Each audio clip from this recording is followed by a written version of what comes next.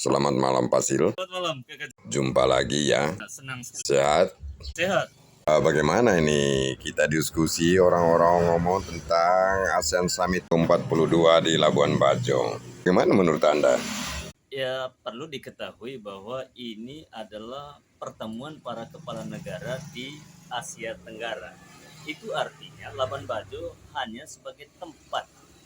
Yang jelas materi pertemuan mereka bukan soal tentang Labuan Bajo dan sekitarnya, tetapi bagaimana supaya negara-negara Asia Tenggara semakin disegani dunia.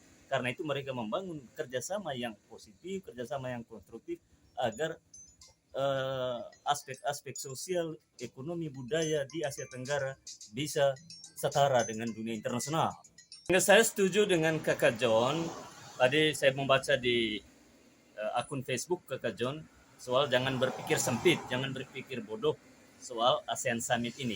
Dan saya kira itu penting bahwa materi pertemuan dalam ASEAN Summit ini bukan soal isu-isu yang ada di Labuan Bajo, tetapi isu-isu regional yang ada di kawasan Asia Tenggara. Saya kira banyak dari antara kita yang mungkin salah kaprah seolah-olah bahwa ASEAN Summit ini untuk kepentingan bagaimana menata Labuan Bajo secara khusus dan Manggarai Barat pada umumnya. Nah oke, masyarakat Labuan Bajo ini kan bagian dari masyarakat di Indonesia. Pertanyaan saya adalah, apakah menurut Anda masyarakat Labuan Bajo ini sudah siap untuk mengglobal se-ASEAN? Association of Southeast Asian Nations. What do you think about it? Secara How do you think teoritis, about it? secara teoritis seharusnya siap, tetapi kita lihat dalam realitasnya, saya kira masih banyak dari antara kita yang belum siap untuk berkompetisi secara sehat dalam peningkatan ekonomi di kawasan Asia Tenggara. Tanpa membuat kajian yang sangat mendalam sekalipun, kita melihat bahwa kualitas sumber daya manusia lokal kita sepertinya masih kalah dalam berkompetisi di berbagai aspek, terutama di pengembangan ekonomi kepariwisataan. Nah, masyarakat Labuan Bajo adalah bagian dari wilayah Indonesia Timur yang masih dikategorikan daerah terkebelakang. Dengan kondisi yang ada sekarang ini, paling tidak akan mendorong untuk bisa menyamai wilayah bagian barat yang lebih maju. Bagaimana pendapat Anda? Tentang resapan teknologi baru, apakah dapat direspon dengan positif oleh masyarakat kawasan ini, khususnya di Nusa Tenggara Timur, NTT? Baik, pertama kita apresiasi niat baik ya, goodwill dari pemerintah pusat dalam mengakselerasi kemajuan pembangunan di wilayah Indonesia Timur, khususnya Manggarai Barat kita. Hanya saja Kakak John, saya melihat bahwa masyarakat lokal kita semacam dipaksa untuk mengikuti standar yang ditetapkan oleh pemerintah pusat. Padahal faktanya level sumber daya manusia kita belum setara untuk mengikuti irama kemajuan yang dibuat oleh pemerintah pusat. Karena itulah menurut saya, agar tidak terjadi ketimpangan, maka selain penataan infrastruktur, juga yang tidak kalah mendesak, yang tidak kalah penting adalah bagaimana menggenjot, mendongkrak mutu sumber daya manusia agar kehadiran industri pariwisata benar-benar membawa efek positif bagi masyarakat lokal. Ya, itu mengenai how to do ya. Tetapi yang sekarang terjadi adalah what we think about it. Setidaknya cara berpikir kita di Indonesia Southeast Asia global, go international. Saya melihat begini Pak Sil, ada beberapa orang di media sosial berbicara sepertinya agak sulit mengikuti buah pikiran dari para tokoh nasional kita untuk bisa mengglobal setidak-tidaknya se-Asia Tenggara.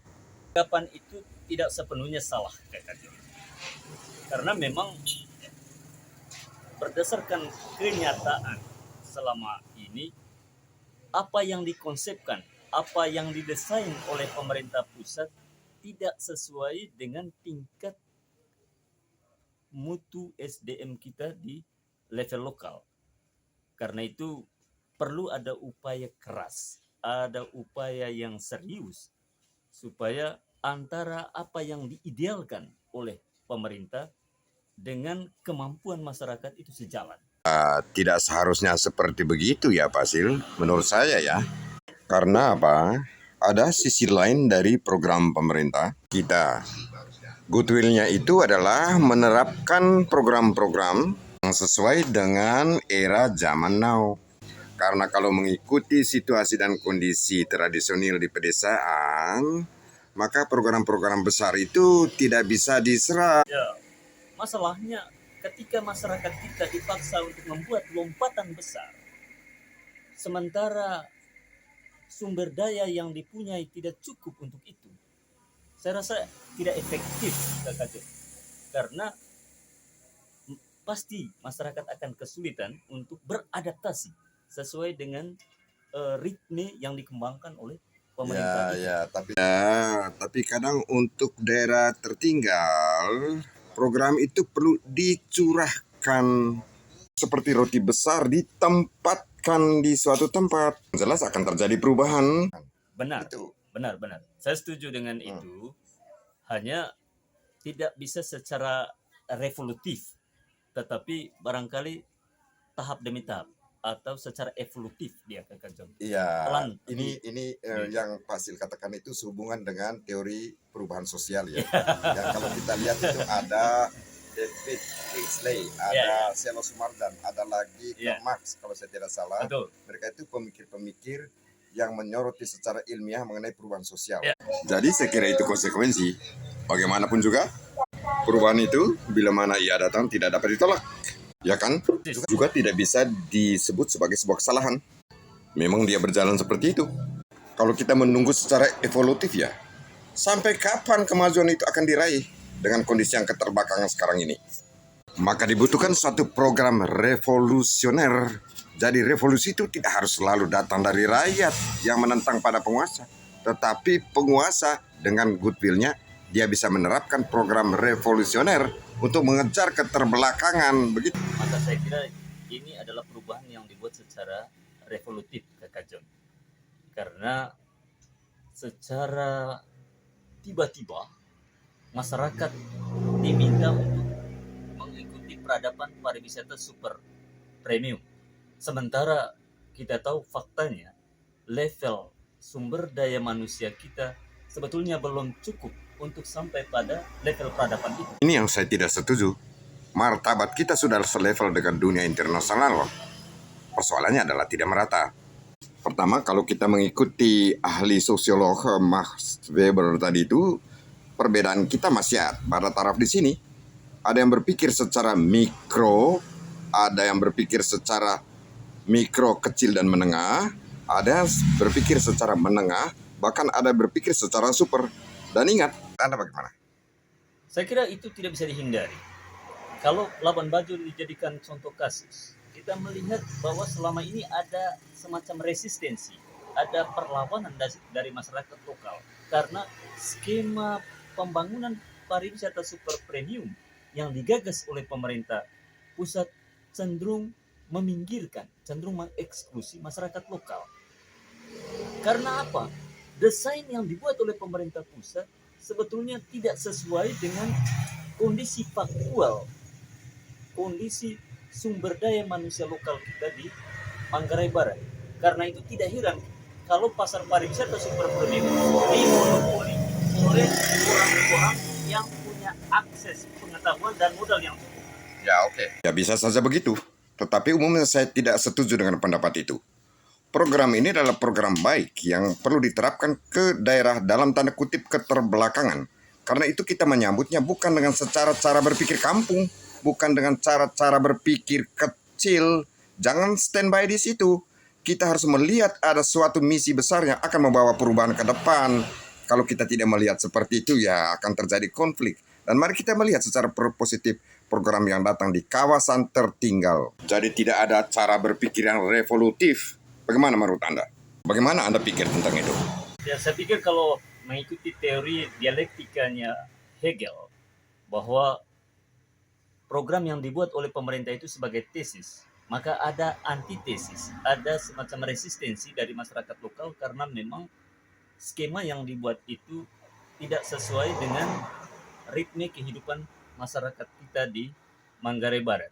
Tetapi bagus, konflik-konflik semacam itu, upaya perlawanan semacam itu tentu punya intensi agar skema pembangunan yang dibuat oleh pemerintah betul-betul untuk dan atas nama peningkatan kesejahteraan masyarakat lokal. Karena itulah menurut saya konflik-konflik itu tidak bisa dikutuk, tidak bisa dianggap sebagai upaya untuk menentang atau melawan kebijakan pemerintah. Tetapi itu sebagai tanda bahwa ada sesuatu yang kurang beres di sana. Dan karena itulah pemerintah diminta untuk mengikuti kepentingan masyarakat lokal. Kepentingan apa? Kepentingan dengan cara berpikir kampung yang tidak bisa menyambut program besar untuk anak-anak di kemudian hari? Filsafat yang saya tahu, antitesa itu muncul karena ada tesa, yaitu penguasa yang otoriter dan diktator. Atau rakyat di sini mungkin dia protes karena tidak kebagian proyek besar ya? Kasuistik mungkin ada semacam itu Kakak John. Tapi saya melihat intensi besarnya bukan pada kepentingan pragmatis semacam itu. Tetapi satu agenda besar di mana kue pembangunan pariwisata itu benar-benar dikecap oleh mayoritas masyarakat di level lokal. Karena bagaimanapun sumber daya yang ada di Manggarai Barat, di Labuan Bajo semestinya dikembangkan untuk dan atas nama kesejahteraan masyarakat lokal. Nah, ketika sampai detik ini tingkat kesejahteraan masyarakat kita belum mencapai standar, maka tentu skema pembangunan pariwisata super premium itu perlu dievaluasi kembali. Kesejahteraan tidak bisa dipukul rata untuk semua orang bisa mendapatkannya. Karena faktor di masyarakat kecil ini kan di tradisional ini kan ada yang masih bermental seperti biasa-biasa, ada yang malas, ada yang rajin, ada yang super rajin. Nah, hal-hal seperti itu yang harus dipertimbangkan juga. Nah, dari sisi ini sebenarnya apakah Pasil bisa melihat bahwa seharusnya kita berterima kasih ya? Karena ini kan secara tiba-tiba ada perubahan yang besar. Penting. Saya pikir terima kasih itu memang sebuah keharusan. Karena bagaimana Labuan Bajo yang sebelumnya tidak ada apa-apanya di Indonesia ini tiba-tiba di mata Jokowi disulap sedemikian menjadi salah satu aset nasional yang punya kontribusi besar untuk kepentingan nasional. Karena itu tidak heran kalau umpamanya KTT ASEAN yang ke-42 itu dilaksanakan di Labuan Bajo. Setidaknya idealisme pemerintah pusat menjadikan Labuan Bajo sebagai the new Bali, sebagai Bali baru, sebagai destinasi wisata MICE berkelas internasional itu sudah terrealisasi. Ya, baik. Ya, karena itu Presiden Jokowi ini bolehlah kita patok sebagai semacam pahlawan dalam bidang pariwisata untuk konteks Manggarai Barat. Oke. Terima kasih Pasil. Terima kasih banyak. Komentarnya Sudah sangat bagus. membuka ruang supaya kami bisa berbagi perspektif terkait dengan implikasi pelaksanaan KTT ASEAN. Terima kasih. Ya, terima kasih. Selamat malam.